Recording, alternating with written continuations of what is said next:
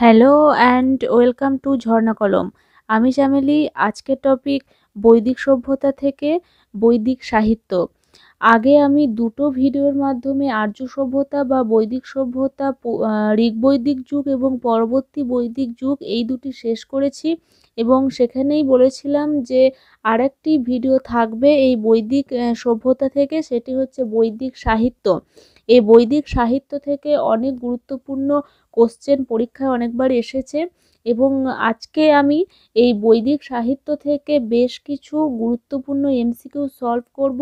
MCQ এর মাধ্যমে বৈদিক সাহিত্যের গুরুত্বপূর্ণ তথ্যগুলো দেখে নেব, ঠিক আছে? তো বৈদিক সাহিত্য বলতে আমরা আমাদের মাথায় প্রথমেই যে নামটি আসে সেটি হচ্ছে বেদ।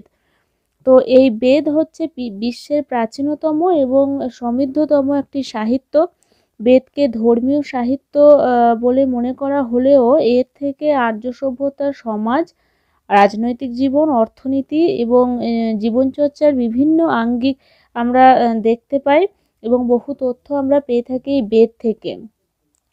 তো এই বেদ কয় ভাগে বিভক্ত, তারপর বেদের বিভিন্ন ভাগ, সংহিতা, আরণ্যক, উপনিষদ, এই সমস্ত কিছু নিয়ে আজকের এমসিকিউগুলো থাকবে। আমি আজকে 40টির মতো এমসিকিউ রেখেছি এবং শুধু 40টি এমসিকিউর উত্তর বলবো না, তার সঙ্গে আরও আনুষঙ্গিক অনেক ইনফরমেশনও দিয়ে দেবো প্রতিটা কোশ্চেনের সাথে সাথে। তো চলো আজকের কোশ্চেনগুলো শুরু করা যাক। দেখো, প্রথম কোশ্চেন রয়েছে, বেদ শব্দটি বিদ থেকে উৎপত্তি হয়েছে, এই বিদ শব্দের অর্থ কী? তাহলে বেদ শব্দটি সংস্কৃত বিদ থেকে উৎপত্তি হয়েছে, এই বিদ শব্দের অর্থ কী? এটা খুবই কমন একটা কোশ্চেন, এটা অনেকেই জানে। এ রয়েছে ধর্মশাস্ত্র, বি রয়েছে পবিত্রতা, সি রয়েছে তত্ত্ব এবং ডি রয়েছে জ্ঞান। তো এখানে সঠিক উত্তর হয়ে যাবে অপশন ডি, জ্ঞান। ঠিক আছে? তো বেদ শব্দটি বিদ থেকে উৎপত্তি হয়েছে এবং এই বিদ শব্দের অর্থ হচ্ছে জ্ঞান। তো চলো পরের কোশ্চেনটা দেখে নিই।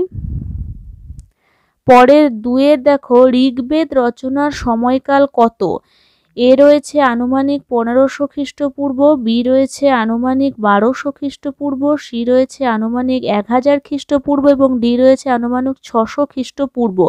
তো আমরা জানি যে ঋগ্বেদের নাম বৈদিক সাহিত্য হিসেবে আমরা অনেকেই শুনেছি, কিন্তু আমরা জানি বৈদিক যুগে এটি লেখা হয়েছিল। তো এটা ঠিক এক্সাক্ট কোন সময় লেখা হয়েছিল সেটা অনেকেই জানি না। তো এটা কিন্তু ঋগ্বৈদিক পর্বে, মানে খ্রিস্টপূর্ব 1500 অব্দে কিন্তু ঋগ্বেদ রচিত হয়েছিল।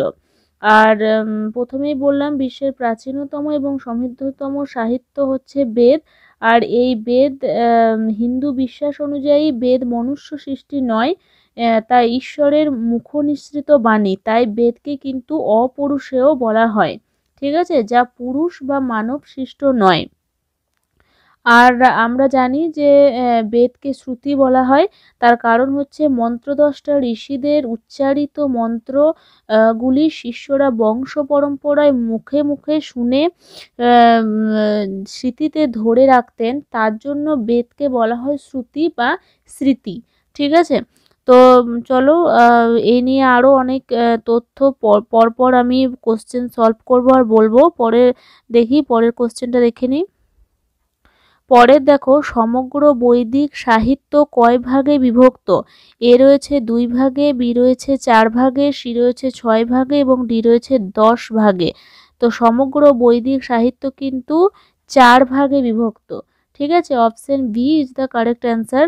সমগ্র বৈদিক সাহিত্যকে 4 ভাগে ভাগ করা হয়। তো সেই 4 ভাগ কি কি দেখে নিই। 1 হচ্ছে সংহিতা, 2 হচ্ছে ব্রাহ্মণ, 3 হচ্ছে আরণ্যক এবং 4 হচ্ছে উপনিষদ, ঠিক আছে? উপনিষদকে বেদান্ত বলা হয়। আর সংহিতা বলতে চতুর্বেদ যে আছে, ঋগ্বেদ, সামবেদ, যজুর্বেদ এবং অথর্ববেদ, এই 4টি বেদ হচ্ছে সংহিতার অন্তর্গত, ঠিক আছে? তো তোমরা আবার এটা ভেবো না যে সমগ্র বৈদিক সাহিত্য বলতে 4টি বেদের কথা বললাম, যে ঋগ্বেদ, সামবেদ, যজুর্বেদ, অথর্ববেদ, এটা কিন্তু নয়।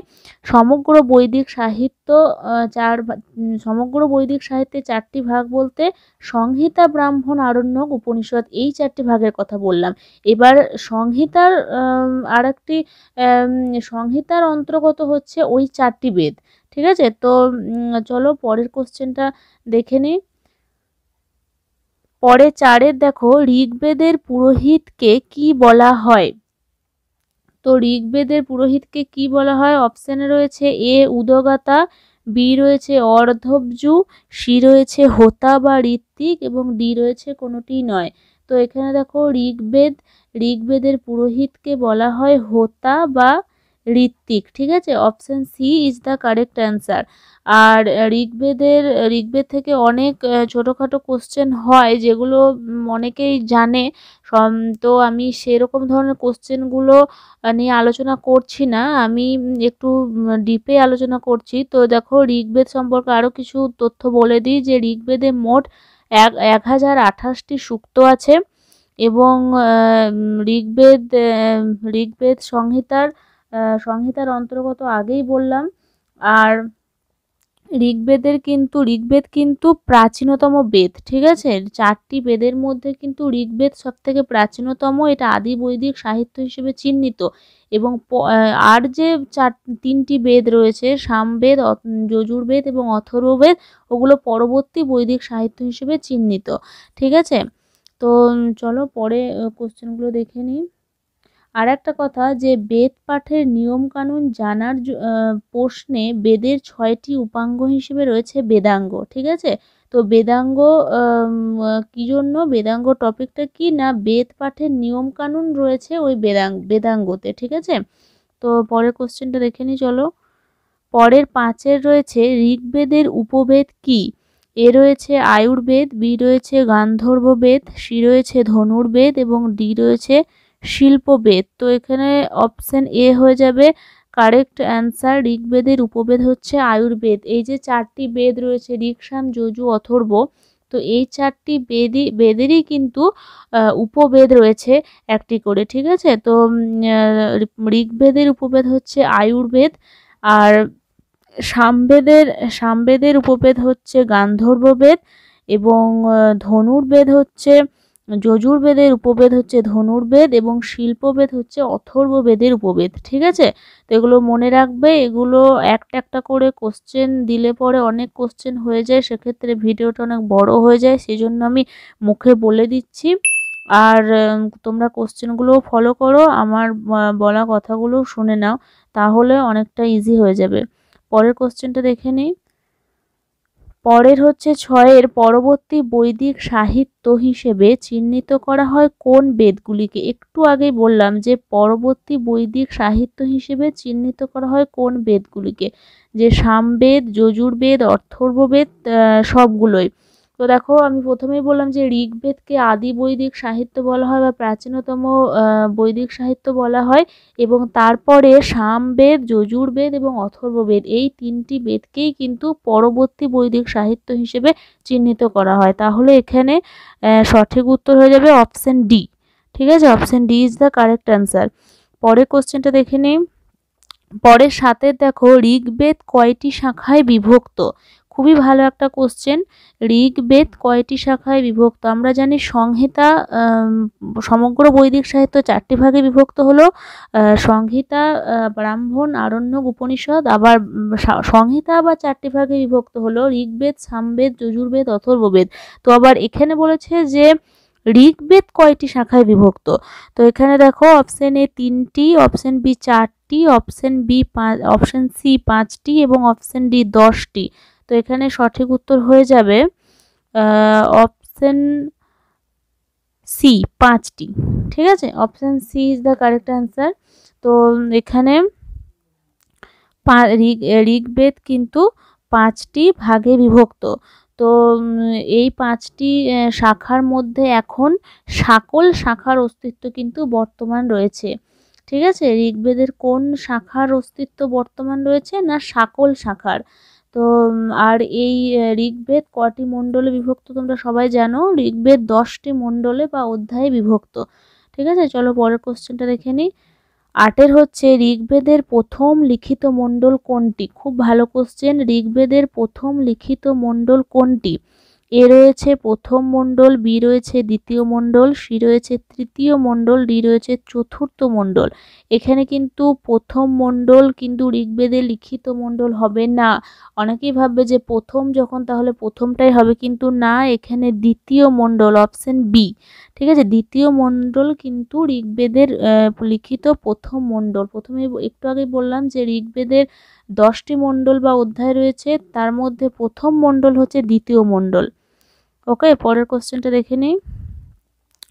পরের 9 দেখো, ঋগ্বেদের কোন মণ্ডলে ব্রহ্মাণ্ড সৃষ্টির কথা বর্ণিত আছে? ঋগ্বেদের কোন মণ্ডলে ব্রহ্মাণ্ড বা বিশ্ব সৃষ্টির কথা বর্ণিত আছে? এ রয়েছে প্রথম মণ্ডল, বি রয়েছে দ্বিতীয় মণ্ডল, সি রয়েছে তৃতীয় মণ্ডল এবং ডি রয়েছে দশম মণ্ডল। এখানে কিন্তু অ্যান্সার হয়ে যাবে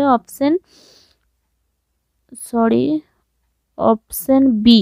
ঠিক আছে, সেকেন্ড মণ্ডল বা দ্বিতীয় মণ্ডলে কিন্তু ঋগ্বেদে ব্রহ্মাণ্ড সৃষ্টির কথা বলা রয়েছে। চলো পরের কোশ্চেনটা দেখে নিই। পরের 10 দেখো, নিম্নের কোন জোড়াটি সঠিক নয়? তো এখানে দেখো, এ রয়েছে উদাগাতা বা উদাগাতার সঙ্গে উদগীত, বি রয়েছে প্রশস্তার সঙ্গে প্রস্তাব, সি রয়েছে প্রতিহর্ত সাথে প্রতিহার এবং ডি রয়েছে সামনের সাথে নিধন। তো এইগুলো কি সেটা আগে আমি বলে দিচ্ছি। এগুলো হচ্ছে সামবেদের অংশ। ঠিক আছে, তো আমরা জানি যে সামবেদ ভারতের প্রাচীনতম সঙ্গীত বিষয়ক রচনা গ্রন্থ। তো ভারতের সঙ্গীতের যে উৎস সেটা হচ্ছে সামবেদ। সামন শব্দ থেকে সাম শব্দটির উৎপত্তি হয়েছে, যার অর্থই হচ্ছে গান। ঠিক আছে, আর এখানে যে এই উদগতা, প্রশস্তা, প্রতিহর্ত এগুলো দেওয়া আছে, এগুলো কি সেটাও আমি বলে দিচ্ছি। এটা হচ্ছে ঋগ্বেদের স্তুতিগানে 3 জন করে ঋষি 3 ভাবে গান নিবেদন করতেন। তো স্তুতিগানের প্রথম অংশের নিবেদনকারীকে বলা হতো উদগতা। ঠিক আছে, সামবেদের স্তুতিগানের প্রথম অংশের নিবেদনকারীকে বলা হতো উদগতা এবং তার গীত অংশকে বলা হতো উদগীত। তাহলে উদগতার সঙ্গে উদগীত ঠিকই আছে। তারপর সামবেদের দ্বিতীয় অংশের নিবেদনকারীকে বলা হতো প্রস্ততা। ঠিক আছে, প্রস্ততা। তো এবং তার গীত অংশটিকে বলা হতো প্রস্তাব। তো এটাও ঠিক আছে। তারপর রয়েছে তৃতীয় অংশ, সামবেদের স্তুতিগানে তৃতীয় অংশের নিবেদনকারীকে বলা হতো প্রতিহর্তা এবং তার গীত বা গেয় অংশটিকে বলা হতো প্রতিহার। তো এটাও ঠিক রয়েছে। আর সামনের সঙ্গে যে নিধন দিয়েছে এইটা কিন্তু ঠিক নয়। তো সামন কি, একটু আগে বললাম যে সামন শব্দ থেকে সাম শব্দটি এসেছে, তো যার অর্থ হচ্ছে গান। তো সামনের সঙ্গে নিধন হবে না। তাহলে নিধন জিনিসটা কি? নিধন হচ্ছে এটাই যে 3 জন গায়কের সম্মিলিত ভাবকে বলা হতো নিধন। এই যে একটু আগে বললাম 3 জন গায়কের কথা, যে উদগতা, প্রস্ততা, প্রতিহর্ত, এই 3 জন গায়কের সম্মিলিত যে ভাব সেটাকে বলা হতো নিধন। তো সামনের সঙ্গে নিধনের কিন্তু কোনো সম্পর্ক নেই। তো এখানে কিন্তু সঠিক নয় বা ভুল হয়ে যাবে অপশন ডি। ঠিক আছে, option D is the correct answer. পরের কোশ্চেনটা দেখে নিই। পরের দেখো, বাজস্নেয় সংহিতা কোন বেদের একটিমাত্র শাখা? বাজস্নেয় সংহিতা কোন বেদের একটিমাত্র উপশাখা? তো দেখো, এ রয়েছে ঋগ্বেদ, বি রয়েছে অথর্ববেদ, সি রয়েছে কৃষ্ণ যজুর্বেদ এবং ডি রয়েছে শুক্ল যজুর্বেদ। তো 11-র অ্যান্সার হয়ে যাবে অপশন ডি। ঠিক আছে, শুক্ল যজুর্বেদ। এবার যজুর্বেদ সম্পর্কে কিছু বলে দিই। যজুর্বেদ 4টি বেদের একটি যজুর্বেদ। তো যজুর্বেদ কিন্তু গদ্য জাতীয় মন্ত্রের সমাহার। তাহলে যদি বলে যে গদ্য জাতীয় মন্ত্রের সমাহার কোনটি, কোন বেদটি, তাহলে তখন হবে যজুর্বেদ। ঠিক আছে, আর এই যজুর্বেদ 2 ভাগে বিভক্ত, শুক্ল যজুর্বেদ এবং কৃষ্ণ যজুর্বেদ। যজুর্বেদের পুরোহিতকে বলা হয় অর্ধবজু। আর শুক্ল যজুর্বেদের একটি মাত্র উপশাখা আছে, যেটি হলো বাজস্নেয় সংহিতা। তাহলে আমাদের কোশ্চেন ছিল বাজস্নেয় সংহিতা কি না, বাজস্নেয় সংহিতা হলো শুক্ল যজুর্বেদের একটি মাত্র উপশাখা। এটা কিন্তু যজুর্বেদের উপশাখা বলছি না, যজুর্বেদের উপশাখা হচ্ছে ধনুর্বিদ্যা, ধনুর্বেদ। ধনুর্বেদ হচ্ছে যজুর্বেদের উপবেদ বা উপশাখা। কিন্তু এখানে বলছে যজুর্বেদের আবার একটি শাখা হচ্ছে শুক্ল যজুর্বেদ, তার একটি উপশাখা হচ্ছে বাজস্নেয় সংহিতা। তো বাজস্নেয় সংহিতা কি না, বাজস্নেয় সংহিতা 40টি অধ্যায় আছে। এখানে গর্ভধারণ, গর্ভের পুনরাবস্থা, গার্হস্থ্য, অশ্বমেধ, সত্রামণি অনুষ্ঠান, বিভিন্ন ধরনের যাগযজ্ঞ বিষয়, এই সমস্ত কিন্তু এই বাজস্নেয় সংহিতার অন্তর্ভুক্ত বিষয়। তো আমি একটা করে কোশ্চেন বলবো এবং তার সঙ্গে গুরুত্বপূর্ণ তথ্যগুলো দিয়ে দেবো, ঠিক আছে? তো চলো পরের কোশ্চেনটা দেখে নিই। পরের 12 হচ্ছে, কোন বৈদিক সাহিত্যে দেহোপজীবিনীর বৃত্তিকে যৌন সেবা আখ্যা দেওয়া হয়েছে? আর একবার বলছি, কোন বৈদিক সাহিত্যে দেহোপজীবিনীর বৃত্তিকে যৌন সেবা আখ্যা দেওয়া হয়েছে? তো দেখো, option A Shukla Yajurveda, B Chandogya Upanishad, C Parashara Smriti, D বাজস্নেয় সংহিতা। 12 উত্তর হয়ে যাবে অপশন এ। হ্যাঁ, এটা এই অ্যান্সার, ঠিক আছে? তো কোন বৈদিক সাহিত্যে দেহোপজীবিনীর বৃত্তিকে যৌন সেবা আখ্যা দেওয়া হয়েছে? এটা এই অ্যান্সার, শুক্ল যজুর্বেদ। অপশন ছিল শুক্ল যজুর্বেদ, ছান্দোগ্য উপনিষদ, পরাশর স্মৃতি, বাজস্নেয় সংহিতা। তো এখানে কিন্তু সঠিক উত্তর হবে শুক্ল যজুর্বেদ, ঠিক আছে? শুক্ল যজুর্বেদ দেহোপজীবিনীর বৃত্তিকে যৌন সেবা আখ্যা দেওয়া হয়েছে শুক্ল যজুর্বেদে। পরের কোশ্চেনটা দেখে নিই। পরে দেখো, অর্থবাঙ্গিরস কোন বেদের অপর নাম? তো এটা খুবই একটা গুরুত্বপূর্ণ কোশ্চেন এবং এটা অবশ্যই কমন কোশ্চেন, যে অর্থবাঙ্গিরস কোন বেদের অপর নাম? ঋগ্বেদ, সামবেদ, যজুর্বেদ নাকি অথর্ববেদ? তো এটা আমরা অনেকেই জানি, এটা হচ্ছে অপশন ডি, অথর্ববেদ। অথর্ববেদকে কিন্তু অর্থবাঙ্গিরস বলা হয়, ঠিক আছে? কারণ অর্থবন ও আঙ্গিরস এই দুজন ঋষিদ্বয় অথর্ববেদ সংকলন করেছিলেন, ঠিক আছে? অর্থবন এবং আঙ্গিরস এই দুজন ঋষি অথর্ববেদ সংকলন করেছিলেন, সেই জন্য অথর্ববেদকে কিন্তু অর্থবাঙ্গিরস বলা হয়, ঠিক আছে? চলো পরের কোশ্চেনটা দেখে নিই। দেখো, অথর্ববেদের সূক্ত সংখ্যা কয়টি? খুব গুরুত্বপূর্ণ কোশ্চেন। আমরা জানি ঋগ্বেদের সূক্ত সংখ্যা 1028টি, সেরকম অথর্ববেদেরও সূক্ত রয়েছে, তার সংখ্যা কতগুলি বলতে হবে। অপশন এ 730টি, অপশন বি 731টি, অপশন সি 743টি এবং অপশন ডি রয়েছে 750টি। তো অথর্ববেদের সূক্ত সংখ্যা কিন্তু 731টি, মতান্তরে 760টি। তো যদি 760টি থাকে, তাহলে যদি 31 না থাকে তাহলে 60ই দেবে। 31 এবং 60 একসাথে থাকবে না, তো এখানে 31 আছে সেজন্য 31 দিলাম, কিন্তু একটা মতান্তর রয়েছে 760, সেটাও বলে দিলাম, ঠিক আছে? তো আর একটা কথা বলে দিই, যে ঋগ্বেদের মতোই কিন্তু অথর্ববেদেও মণ্ডল রয়েছে। অথর্ববেদের মণ্ডলের সংখ্যা হচ্ছে 20টি, ঠিক আছে? মণ্ডল বা অধ্যায়ের সংখ্যা হচ্ছে অথর্ববেদে 20টি। আর অথর্ববেদের উপবেদের নাম বলেছি শিল্পবেদ, যার আলোচ্য বিষয় কি? স্থাপত্য, ভাস্কর্য। শিল্পবেদ বুঝতে পারছো, নামটা শুনে, স্থাপত্য, ভাস্কর্য কিন্তু এর আলোচ্য বিষয়, ঠিক আছে? চলো পরের কোশ্চেনটা দেখে নিই। পরের দেখো 15 কোশ্চেনটা, অথর্ববেদের কয়টি শাখা আছে? তো দেখো, আমরা একটু আগে বললাম ঋগ্বেদের কয়টি শাখা আছে? 5টি শাখা। তার মধ্যে সকল শাখার অস্তিত্ব বর্তমান আছে। আর অথর্ববেদের কয়টি শাখা আছে সেটা হবে, এখানে দেখো অপশন 9টি আছে, অপশন রয়েছে 10টি, অপশন রয়েছে 12টি এবং রয়েছে 13টি। তো এখানে অ্যান্সার হয়ে যাবে অপশন 15 দাগের এ, মানে হচ্ছে 9টি। অথর্ববেদের শাখার সংখ্যা কটি? না 9টি, ঠিক আছে? তো সেই 9টি শাখার নাম এখন আমি বলতে পারলাম না।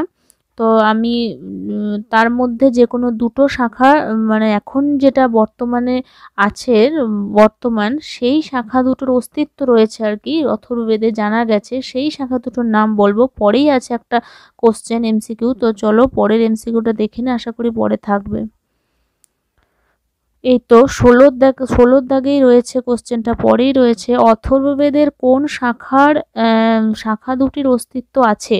তো অথর্ববেদের কোন শাখা দুটির অস্তিত্ব বর্তমান রয়েছে, দেখো শাকল ও শৌনক, বি রয়েছে বৈপ্লব ও শৌনক, সি রয়েছে বাজস্নেয় সংহিতা ও শাকল, এবং ডি রয়েছে সবগুলোই।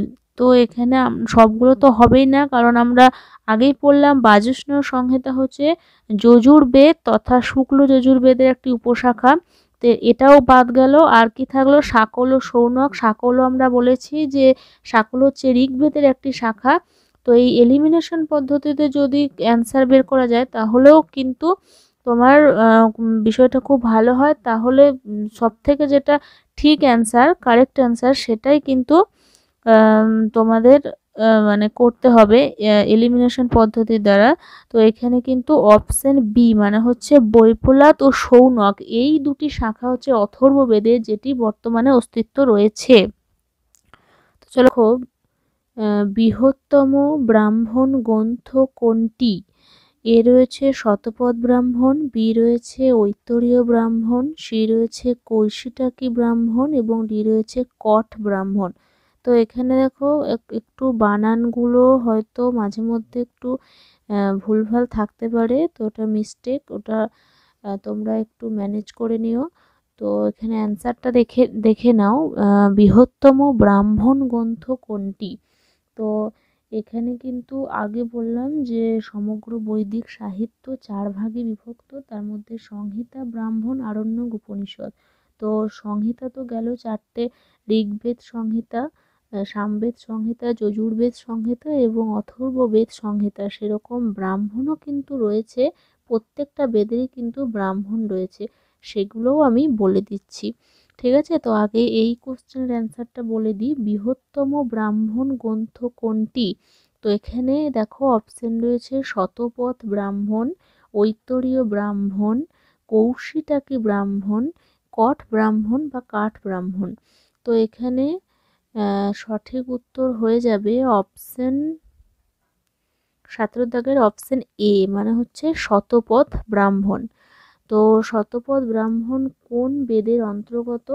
এটা হচ্ছে যজুর্বেদের। ঠিক আছে, যজুর্বেদের কোন শাখার? না শুক্ল যজুর্বেদ শাখার অন্তর্গত হচ্ছে শতপথ ব্রাহ্মণ।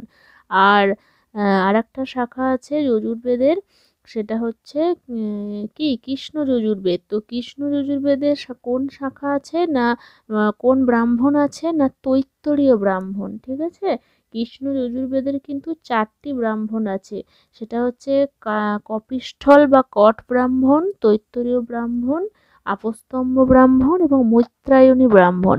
তো এখানে গুরুত্বপূর্ণ যেটা হচ্ছে সেটা হচ্ছে তৈত্তরীয় ব্রাহ্মণ আর মৈত্রায়নী ব্রাহ্মণ। তো এগুলো মনে রাখবে, গুলাবে না। তো দেখো আরও ব্রাহ্মণ রয়েছে, যেমন ঋগ্বেদে, প্রতিটা বেদেই ব্রাহ্মণ যেহেতু রয়েছে সেহেতু আমি বলে দিচ্ছি, ঋগ্বেদের ব্রাহ্মণ রয়েছে কি ব্রাহ্মণ? না ঋগ্বেদে রয়েছে ঐতরীয় ব্রাহ্মণ।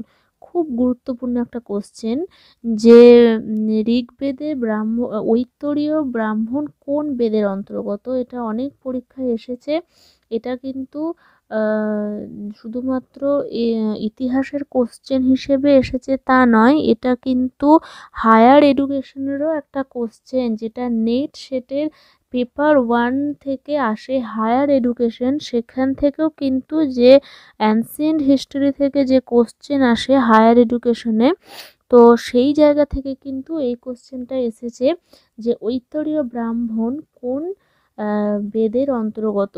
তো এটা কিন্তু হয়ে যাবে ঋগ্বেদ। ঠিক আছে, তো ঋগ্বেদের ঐতরীয় ব্রাহ্মণ হলো সামবেদের হচ্ছে জৈমিনীয় ব্রাহ্মণ। ঠিক আছে, জৈমিনীয় ব্রাহ্মণ হচ্ছে সামবেদে ব্রাহ্মণ শাখার সংখ্যা হচ্ছে 4টি।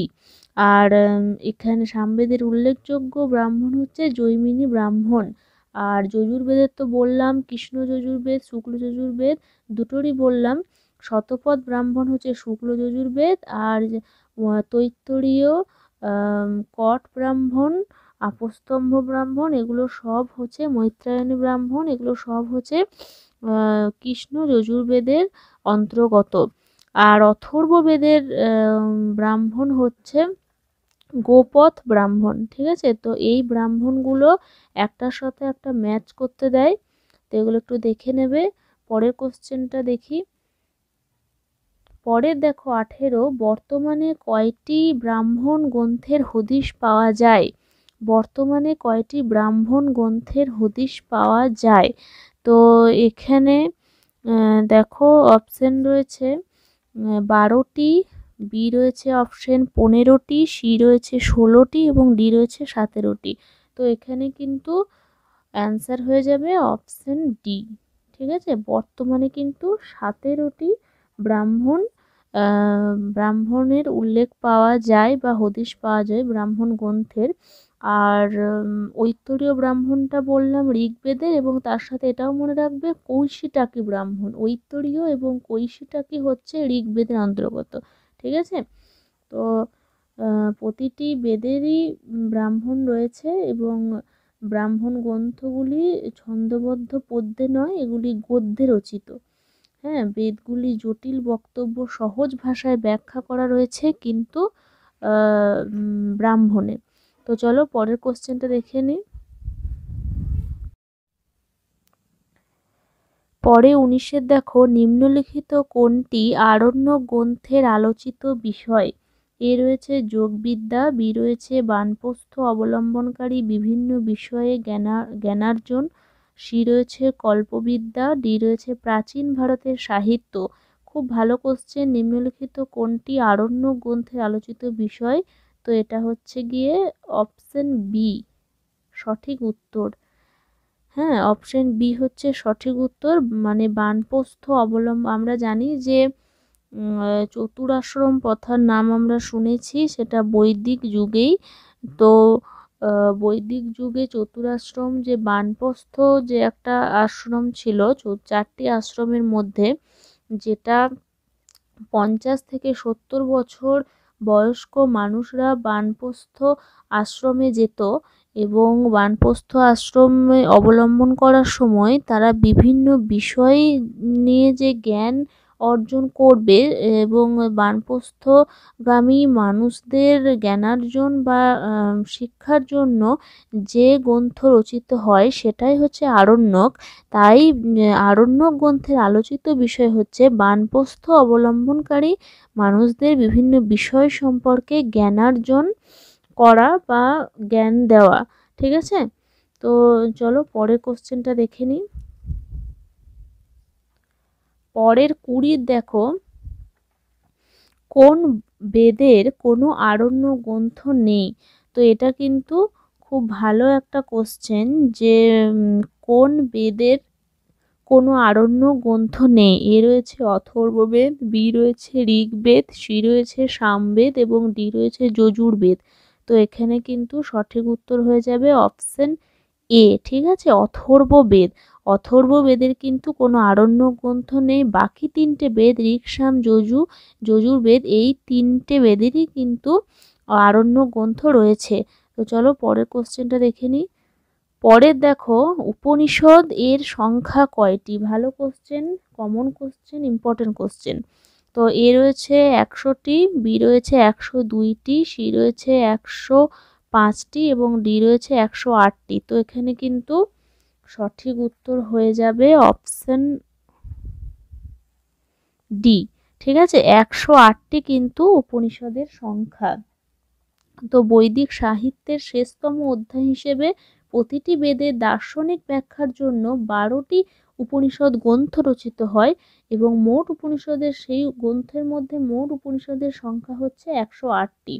ঠিক আছে, আর এটি বৈদিক যুগীয় সাহিত্যগুলির অন্তঃপর্বে রচিত হয়। এর অপর নাম হচ্ছে বেদান্ত। হ্যাঁ, উপনিষদের অপর নাম বেদান্ত। চলো পরের কোশ্চেনটা দেখে নিই। পরে দেখো উপনিষদ শব্দের অর্থ কি, খুব ভালো কোশ্চেন। এই অপশন রয়েছে এ ধ্যান করা, বি কারো নিকট বসে থাকা, সি রয়েছে আত্মার পুনর্জন্ম এবং ডি রয়েছে কর্মফলবাদ। তো এখানে কিন্তু option B is the correct answer, মানে হচ্ছে কারোর নিকট বসে থাকা বা কারোর সমীপে বসে থাকাই হচ্ছে উপনিষদ এর অর্থ। পরের কোশ্চেনটা দেখে নিই। 23 দেখো, বৃহদারণ্যক ও কঠারণ্যক কোন বেদের অন্তর্গত? এ রয়েছে ঋগ্বেদ, বি রয়েছে সামবেদ, সি রয়েছে যজুর্বেদ এবং ডি রয়েছে অথর্ববেদ।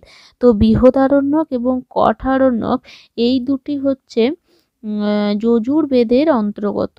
ঠিক আছে, তো এখানে অপশন সি হয়ে যাবে সঠিক উত্তর। পরের কোশ্চেনটা দেখে নিই। পরের দেখো, একটি মহাবাক্য তৎ অসি এর উৎস কোন উপনিষদ? এটা খুব ভালো কোশ্চেন। একটি মহাবাক্য তৎতম অসি এটি কোন উপনিষদ এ রয়েছে, বা এর উৎস কোন উপনিষদ? এ রয়েছে ছান্দোগ্য উপনিষদ, বি রয়েছে ঐত্তরীয় উপনিষদ, সি রয়েছে কেনোপনিষদ এবং ডি রয়েছে মুন্ডক উপনিষদ। তো এখানে কিন্তু 24 দাগের কোশ্চেনের উত্তর হয়ে যাবে অপশন এ, মানে হচ্ছে ছান্দোগ্য উপনিষদ। এই টার্মটা অনেকবার পরীক্ষায় এসেছে, কিন্তু মনে রাখবে তৎতম অসি এই মহাবাক্যটির উৎস হচ্ছে ছান্দোগ্য উপনিষদ। ঠিক আছে, তো ঋগ্বেদ, সামবেদ, যজুর্বেদ, অথর্ববেদ এই 4টি বেদেই কিন্তু উপনিষদ রয়েছে।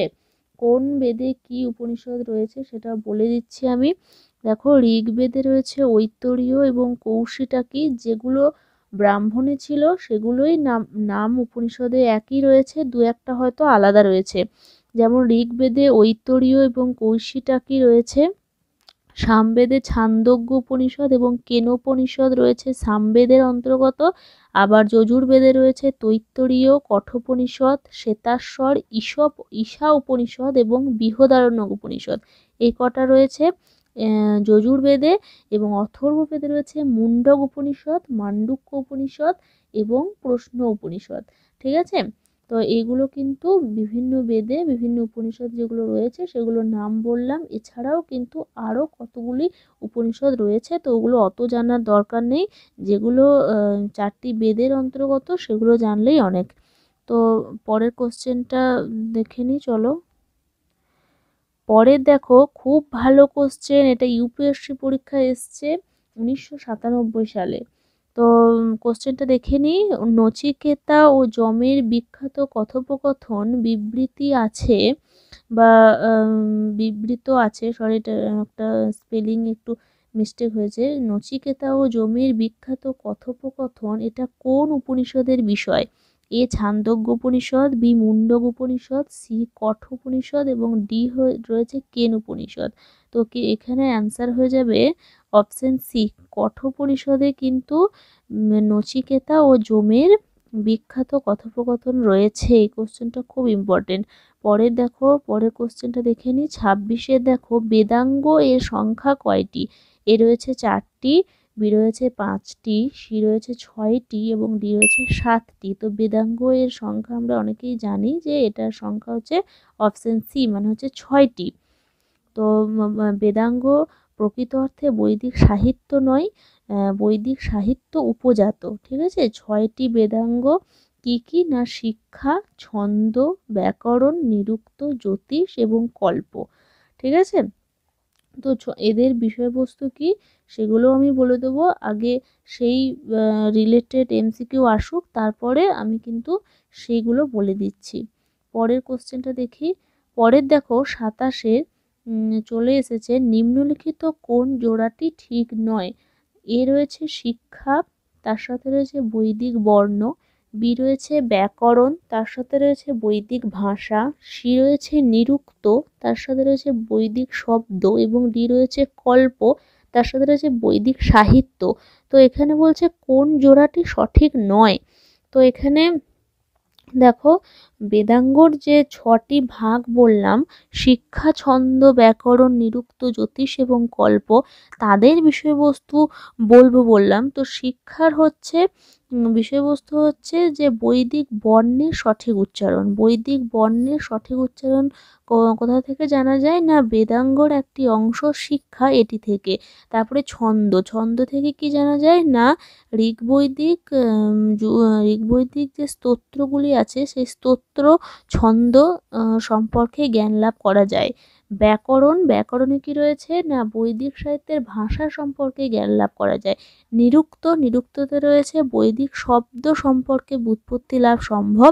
জ্যোতিষ রয়েছে, জ্যোতিষে গ্রহ নক্ষত্রের অবস্থান সম্পর্কে সম্যক ধারণা বা জ্ঞান লাভ করা যায়।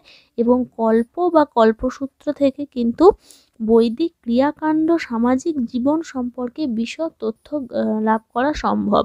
তো এই টার্মগুলো খুব গুরুত্বপূর্ণ, একটার সঙ্গে একটা ভীষণভাবে রিলেটেড, এবং এগুলো মনে রাখবে প্রত্যেকটা টপিক, বিষয়বস্তু, ঠিক আছে। তো এখানে দেখো, এখানে সেই হিসেব মতো কিন্তু যেগুলো বললাম, এখানে কল্পর সাথে বৈদিক সাহিত্য এটা যাচ্ছে না, কল্পর সাথে যাচ্ছে বৈদিক ক্রিয়াকাণ্ড সহ সামাজিক জীবনের বিশদ তথ্য লাভ। বাকিগুলো সব ঠিকই আছে। চলো পরের, এখানে তাহলে ডি হলো অ্যান্সার। পরের কোশ্চেনটা দেখে নিই। পরের দেখো 28-এ, নিম্নলিখিত কোন জোড়াটি ভুল? এ রয়েছে ন্যায় দর্শন গৌতম, বি রয়েছে সাংখ্য দর্শন কনাদ, সি রয়েছে যোগ দর্শন পতঞ্জলি, এবং ডি রয়েছে উত্তর মীমাংসা ব্যাস। তো এখানে বলে দিই যে স্বরদর্শনের কথা।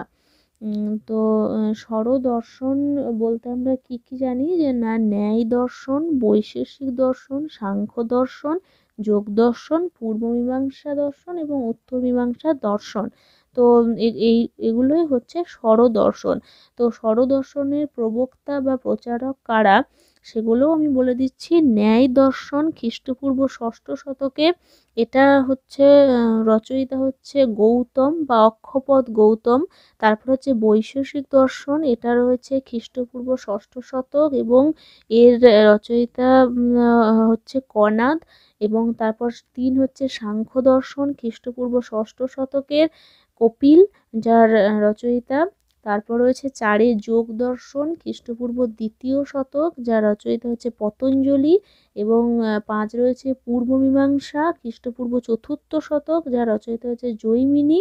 এবং সর্বশেষ 6 নাম্বার উত্তর মীমাংসা, খ্রিস্টপূর্ব 4র্থ শতক, যার রচয়িতা ব্যাস। তো এখানে এবার বলি নিম্নলিখিত কোন জোড়াটি ভুল। দেখো, ন্যায় দর্শন গৌতম ঠিকই আছে, সাংখ্য দর্শন কনাদ এইটা ভুল রয়েছে, ঠিক আছে, বি। তাহলে বাকি 3টি ঠিকই রয়েছে।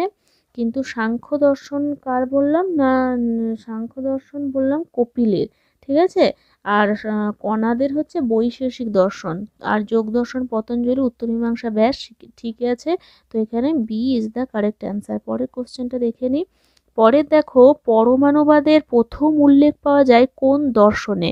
Very very important question. পরমাণুবাদের প্রথম উল্লেখ পাওয়া যায় কোন দর্শনে? এ রয়েছে বৈশেষিক দর্শন, বি রয়েছে যোগ দর্শন, সি রয়েছে পূর্ব মীমাংসা এবং ডি রয়েছে উত্তর মীমাংসা।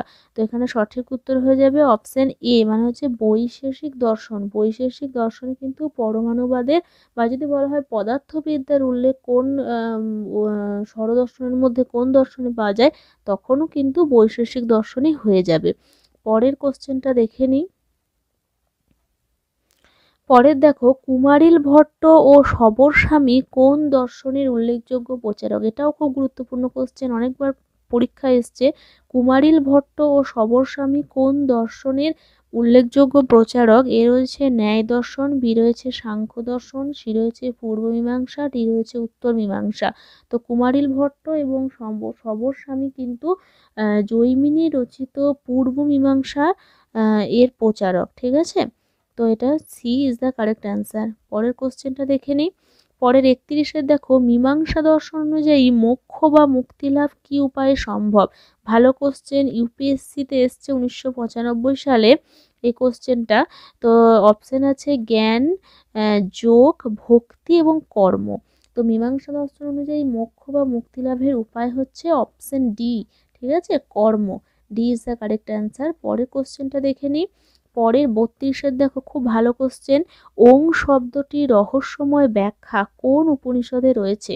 খুব ভালো কোশ্চেন, আমার খুব পছন্দের কোশ্চেন। ওং শব্দটির রহস্যময় ব্যাখ্যা কোন উপনিষদে রয়েছে? এ রয়েছে মান্ডুক্য উপনিষদ, বি রয়েছে মুন্ডক উপনিষদ, সি রয়েছে বৃহদারণ্যক উপনিষদ এবং ডি রয়েছে ঈশাপনিষদ।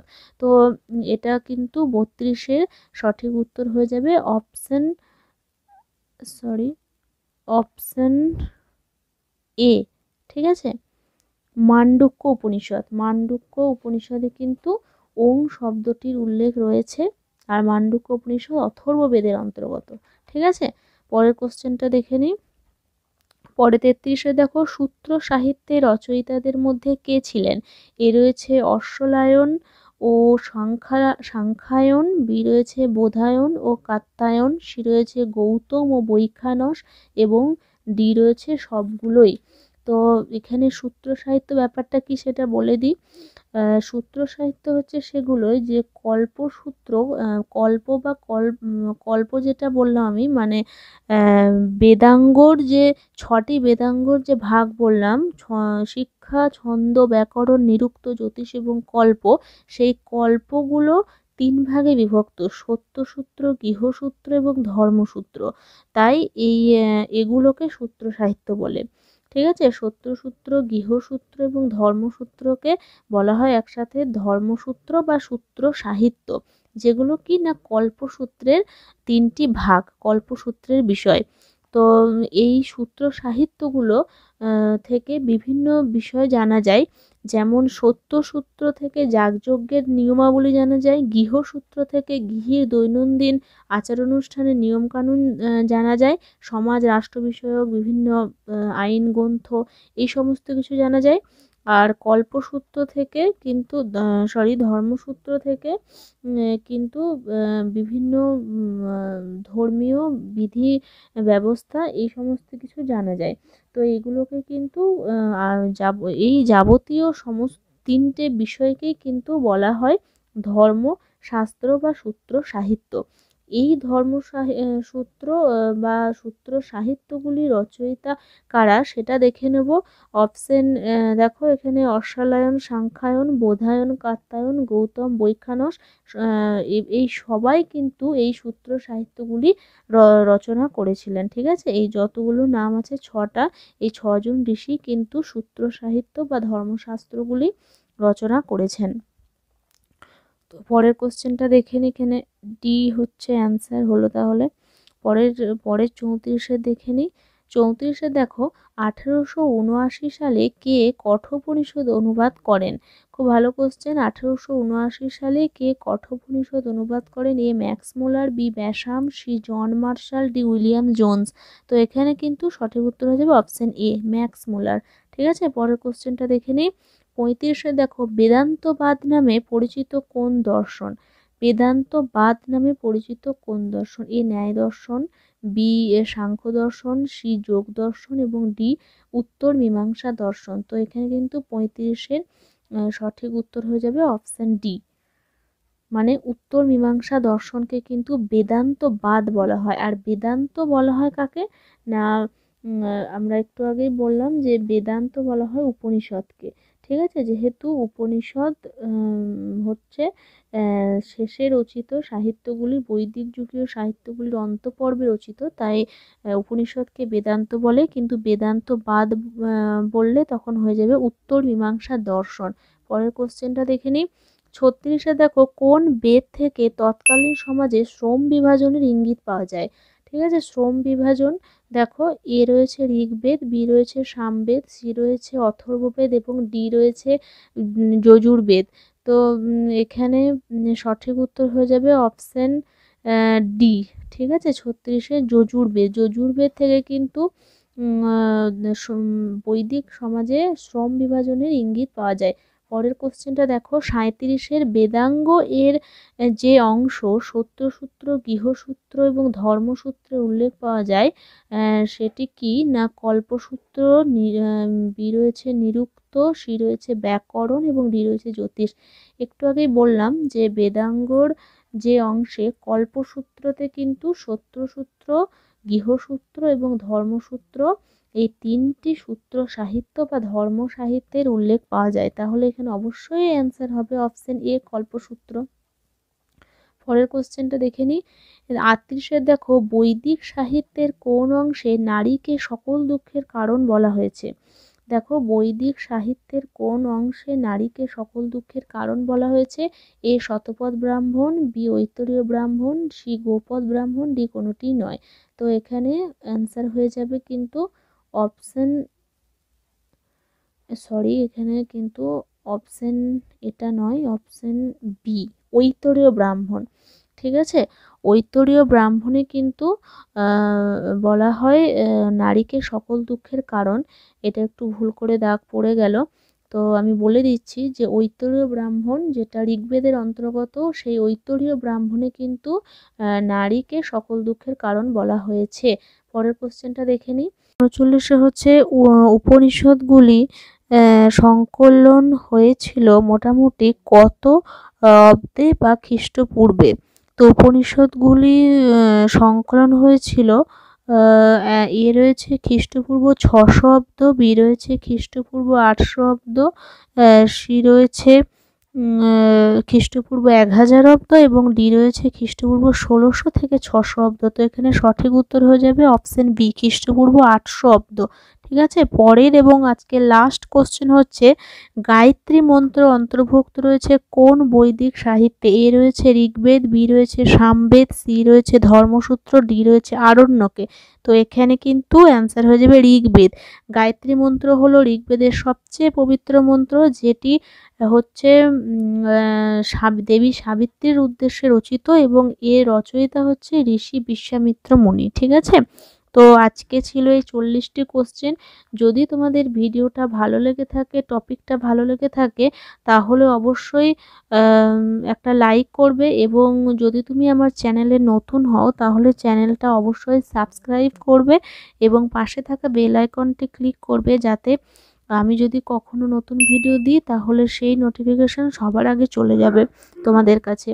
তো এরপরে আসবে নতুন ভিডিও বৌদ্ধ ধর্ম এবং জৈন ধর্ম থেকে। তো আজকের ভিডিওটি দেখার জন্য তোমাদের সকলকে ধন্যবাদ।